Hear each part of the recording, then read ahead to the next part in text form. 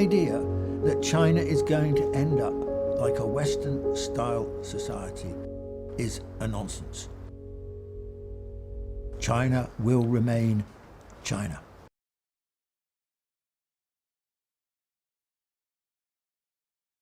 Well, there's been a very long-held belief in the West that really modernity comes in one form only. It is singular and not plural. The only way of being modern is the Western way. In other words, Western modernity is the only show in town. Now, it's a bit as if you think of the world on an escalator and the various countries are spread out, the less developed ones at the bottom of the escalator, the Western ones at the top, and we're all heading for the same destination. And that destination is Western-style modernity.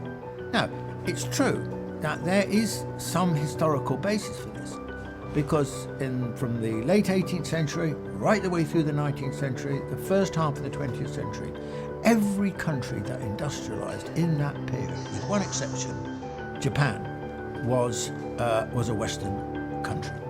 So, in fact, in that period, modernization was almost synonymous with being Western. But that situation has changed. I mean, over the period since the Second World War, from the late 50s, early 60s, you got the rise of the Asian tigers. And then right the way across East Asia, of course, especially China, engaging in its process of modernization, and that's now spread to South Asia, and it's spreading around the world. So modernity is no longer a monopoly of the West. Modernity has become something which is rapidly being shared around the world. So what kind of modernity are these countries developing? Because they don't come from the same background as the West. Now, I think a lot of Westerners probably think like this. Essentially, modernity is a product of competition, markets, and technology. And so we're all the same, ultimately. You just got to look at the high-rise buildings and the infrastructure, and there's a recognizable similarity around the world. But actually, this is not to look at, as it were, the soft side of modernity. The soft side of modernity is something entirely different. And this is a product of history and culture. Each country has its own distinctive history and culture. And the consequence of this is that each country's modernity is very distinctive from another country. For example, Europe became divided into lots of nation states, which were basically organized around, for the most part, a single race or a single ethnicity. And European countries were relatively small. I mean, most European countries, well, they vary between a few million to, today, 80 million, something like that.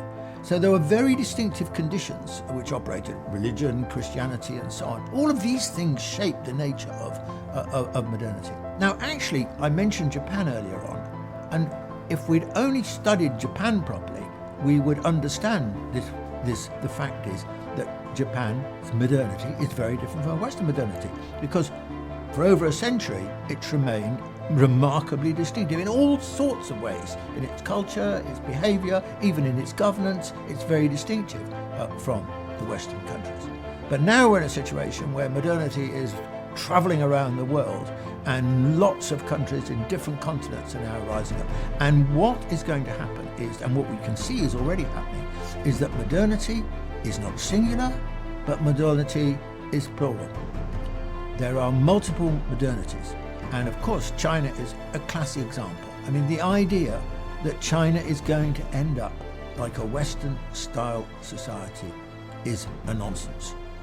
China will, in lots and lots of different ways, remain highly distinctive in terms of its social relations, in terms of its societal norms, in terms of its attitude and behavior on the global stage. China will remain China.